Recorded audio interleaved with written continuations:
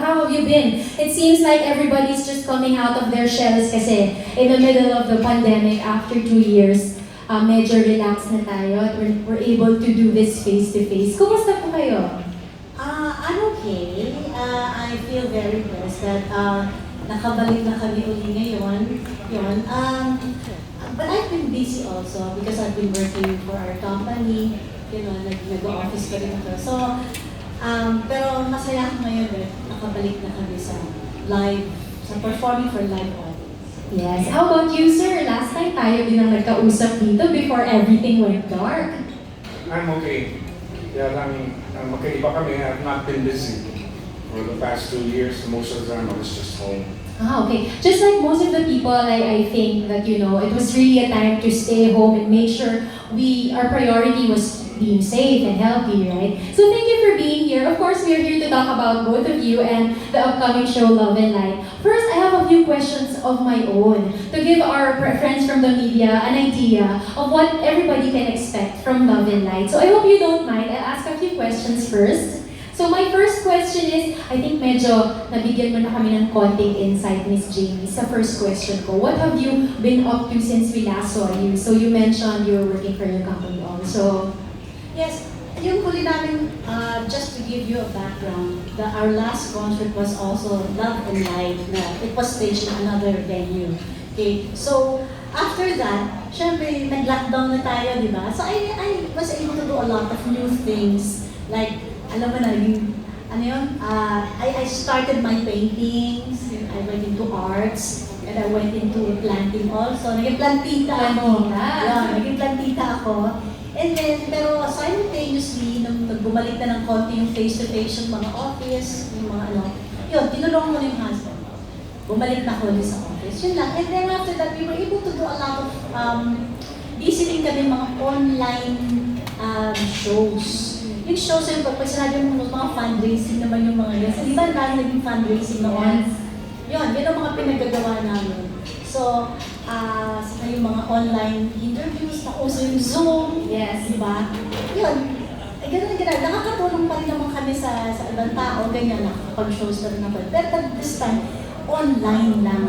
Ganun. Sabi nga nila, the show must go online. Online. So everybody, hindi lang yung mga bagets, talagang natuto sila sa Zoom, Google Meet, everything, di ba? All forms of social media, we were able to utilize them because that's the only way that we could get in touch with our fans, the people. How about you, Sir Basil? You were just really just home watching the news. Talagang, were you with your family? Or talagang your priority was just to keep away from everybody para safe tayo? I think it's because of the age. Most of the time I was really home, and sometimes really waiting for my friends and people and friends who might need my help. So somehow I really am not so used to online performances. It is such a pleasure to be with you face to face. Parang doon ako nasana, after 50 years in the business. So that's what I've been doing, and this might sound so trite, but I've tried really my best to deepen my spirituality. So that's what's been happening with me. I see, that's very interesting. I think lahat tayo talagang we found a better, parang we found new perspectives, talagang we grew up, we went out of the pandemic na better people because we had a lot of time at home with our family. We were so busy pre-pandemic. So I think everybody had that chance to just reflect, di ba? Maging plantita, maybe pick up a hobby na you didn't have time for before. Anyway, moving on to my next question. Please tell us more about Love and Light. Ito naman ang dahilan kung bakit tayo nandito. We know this is one of the first few shows to be staged in front of a live audience. So, excited po ba kayo? Katulad namin lahat? Are you nervous? Hindi naman ako nervous. Ano ka din nervous? More of excitement ang nararamdaman ko. Because after ng pandemic, ito nga yung kailangan natin. This is a celebration. This is a celebration that we are here. We were able to help a lot of people also. That after, kaya it's a celebration of love and Light After Darkness. So here we are celebrating this comeback. How about you, sir? Ganun din. Meron din. So, nothing much to add. Ang ganda ng Love and Light. Yes. It just dawned on me, di ba? Saktong Sakto siya ng Love and Light After Darkness, di ba? Yes. Kasi ang hirap na dinaanan natin sa totoo lang. Ang hirap siya. Sobrang bigat talaga nung 2 years, di ba? And finally, we're out. I think also love, because I'd like to speak of the repertoire. I'm doing most of the love songs, and I am paying tributes to 4 great Filipino composers. So that's George Canseco, Jerry Paraniso, Brian Cayabyab, and Willie Cruz. No, so ng mga kantang love, no, and she's doing some inspirational songs. So that's Love and Lights. So pinag-combine them. So Wow. I hope that people can be enlightened with the love songs that I'll be performing and get some inspiration from the songs that Jamie will be doing. Wow, nakaka-excite lalo. Big time ang mga people behind Love and Light. Speaking of that, how are you both preparing for the show? Meron na po ba kayong mga rehearsals na nagawa, or is that happening very soon pa? At the moment, we just had one meeting for the repertoire. And then, but after that, nag-aano na kami. Siyempre, individually, nagpe-prepare kami. Ako, kailangan ko mag-diet. Kailangan ko mag-diet. Parang Kasi- hindi naman po. Hindi kailangan. Kasi syempre, iba eh. Syempre, nag-pandemic tayo, di ba? So, kumain, nagpahinga, medyo hindi masyadong active, gano'n. So, yun, isa yun sa mga preparations ko. Kailangan ko I have to tone myself.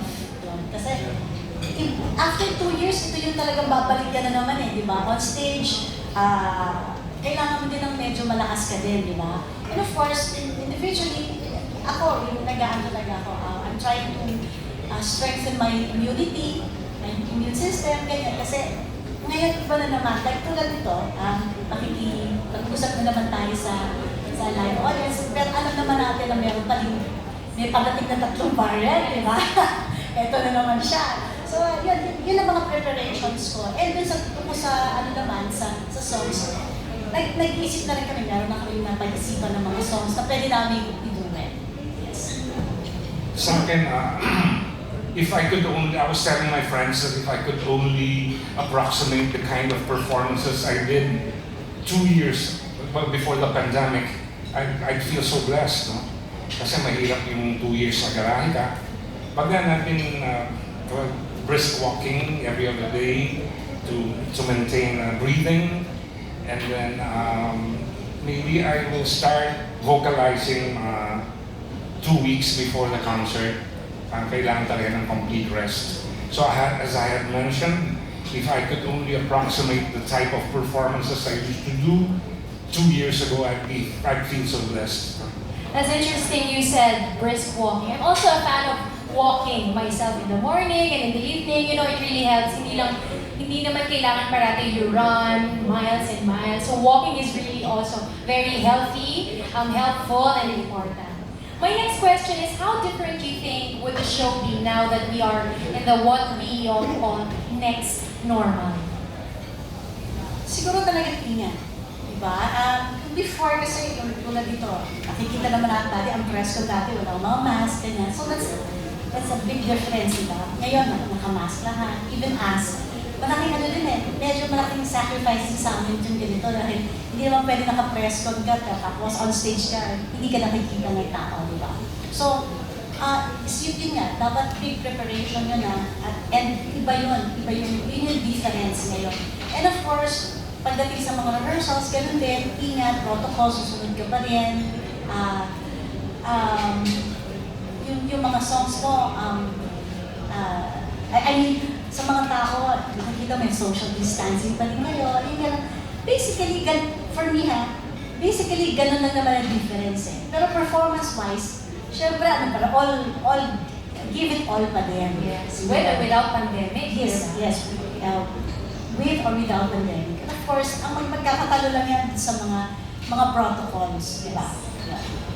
Do Do you have anything to add, sir? Well, I just want to say here in Resorts World naman, as the venue is here at the Newport Performing Arts Theater, of course, we always make sure na safe lahat ng ating guests, performers here. Of course, we've set up all the safety measures and protocols, not just inside the theater, but in the entire property. So wag po kayong mag-alala, safe na safe tayo dito sa April 30 sa Newport Performing Arts Theater.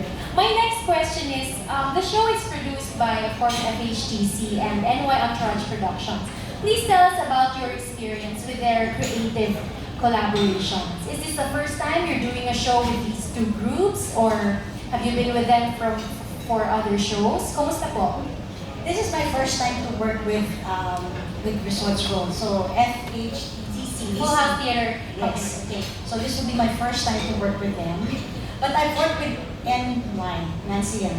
Okay. So actually yung dati namin, sila din mga katrabaho namin. And it's so good it feels so good to be able to work with two productions that are really professionals. Yung talagang tutok sila, and inaalagaan nila kami talaga. And when it comes to rehearsal, production, scheduling, and all that, we're happy with them. So, kinumbine yung dalawa, minerge yung dalawa, what more, di ba? So, relax lang kami. We're happy, and we're looking forward to work with them, not only for this one, but for the future as well. How about you, sir? I've done a lot of shows with Resorts World and the management group NY Entourage. They were the ones who produced my 40th. And by the way, I'm over 50 years now in the business. Ngayon na kailangan is 45 years this year. And so I've not really had problems. I think we're always on the same page with NY Entourage and Resorts World. So we're looking forward to this concert. That's really good to hear. Because of that, alam natin na great product will come out of this collaboration. We also know that the show is musically directed by Mr. Adonis Tabanda and then directed by Mr. Marvin Talbito. Can you please tell our audience anything that they can expect from these absolute powerhouses in the entertainment industry? Si Marvin, he was my director in one of my Valentine shows. I think that was 2019. And I'm very happy with how he treated the show before. And you see, Adonis naman, Sir Adonis, siya yung MD natin yung Love and Light the last time. So, we're happy with them. So, kinumbay na naman yung dalawa, so it's really a powerhouse production. Parang lahat na ng bigatin, pinagsama-sama natin. Sa kami komportable. Yes, of course. Sa kanino kami komportable, sa kung sino yung alam naman namin na talagang makakatrabaho namin ng maayos. Do you have anything to answer? I've worked with Marvin, our director, and again, we never had problems. Parang madaling kausap. So, and same thing with Adonis. So no problem. Thank you, sir, and Miss Jamie. I just want to say what an honor to share the stage with the two of you. Hindi ko ata ito na-spill kanina. I just really want to personally say, actually, I was really nervous to get on stage with two icons in the OBM industry. Ayan. Anyway, tapos na ako sa questions ko. So right now, I'll give the floor to our friends from the media. Of course, I'm sure they have a lot to ask you about you and about the show as well. So I think we have room for 3 questions right now. So if you have questions, please raise your hand. And our friends from our PR team will approach you with a microphone. 2 years tayo nagtanungan na. This is your chance to ask them questions live. Ayan, we have our first question here. Hi Jana, good to see you again. You too, sir. I missed you, Basil, Jamie. Hi Mario. Okay. Ano yung exact feeling na, after a long time nakita tayo? Especially Basil, no? Yung nakikita, Jamie nagkakausap kami. But how do you exactly feel right now that, unti-unti nakakabalik tayo? Basil? It's really such a blessing kasi the past 2 years, I've really lost some very dear friends. Yes. So mahirap talaga in the family and really dear friends na mawala sila. Mahirap. That's why this is a blessing, something like this, to have Love and Lights and to be working with Jamie. Parang really looking forward to something like this. Tsaka it's such a pleasure and to be with people like this, on live, parang Finally. parang masaya, magandang, it's really a blessing. And if I may, Basil, you don't look your age, no? Yes. I just turned 70. Yes. I've been in the business for, I was supposed to, kami ni Ryan, mas matanda ako Ryan ng 3 years. We were supposed to celebrate our 50th, that's 2020. Yes. Dapat ang title nun, 50-50 on 2020. Pero nagka-pandemic nga, so we still, siguro this year, 45 years of Ngayon at Kailanman. I will most probably celebrate it with NY Entourage Production. And sana matuloy yung mga performances namin. Yun lang, thank you for telling me na it's really a blessing. Siguro it's a deep personal involvement with the Creator. Sa panahong ito, parang gano'n, nadidipan yung may relasyon siguro. I hope that it really shows kung ano yung nasa loob na. Yeah, so, we just have to let you know, Basil, mahal ka namin. And we're glad that you're here finally with us. Jamie, anong klaseng inspirasyon ang nakukuha ko kay Basil Valdez? Okay. Before that, may I say that it's my honor. It's my honor to have worked with Mr. Basil, and up to now we're work for this show. Pangarap ko Before and to after the pandemic. Oo, Ito before yung and pati- after. Oo, before and after the pandemic. Sir Basil, kayo ko nasasabihin to. Bakit honor ko? Kasi, fan niya ako nung bata pa ako. Basil Valdez and Lea Navarro. Tingnan din nung bata ako. Nagkipag-away ako sa mga kapatid ko. Pag dililipat nila yung radyo. Pag Basil Valdez and Lea Navarro.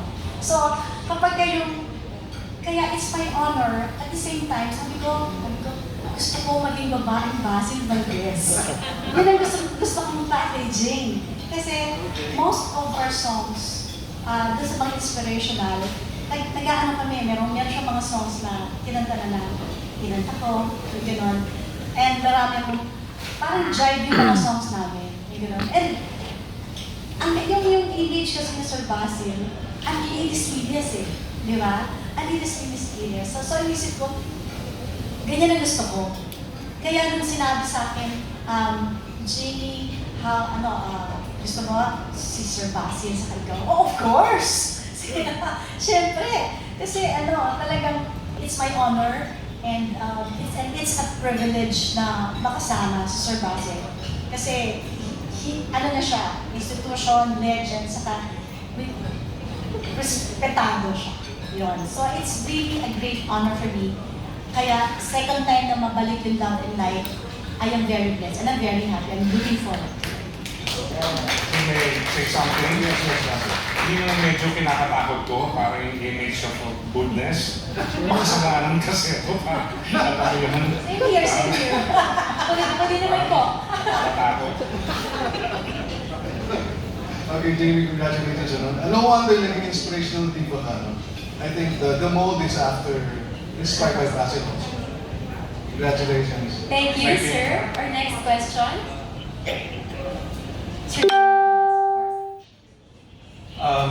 Good afternoon, Jana. Good afternoon to our iconic artists being featured this afternoon. I'm Joey Pilas. Jana, I wear several hats. I'm going to be asking this question this time as a columnist of the Manila Bulletin.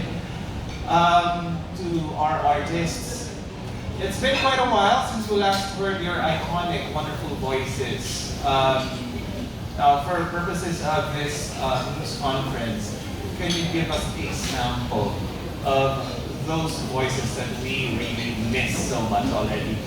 Just maybe one each from our artists. Something that's probably part of the song list for this concert. Parang one stanza lang. Just a sample. Yes, please. Yeah, sure, Joey. This is from 2 Chronicles chapter 7, verse 14. If my people will humble themselves and pray. If they seek my face and humble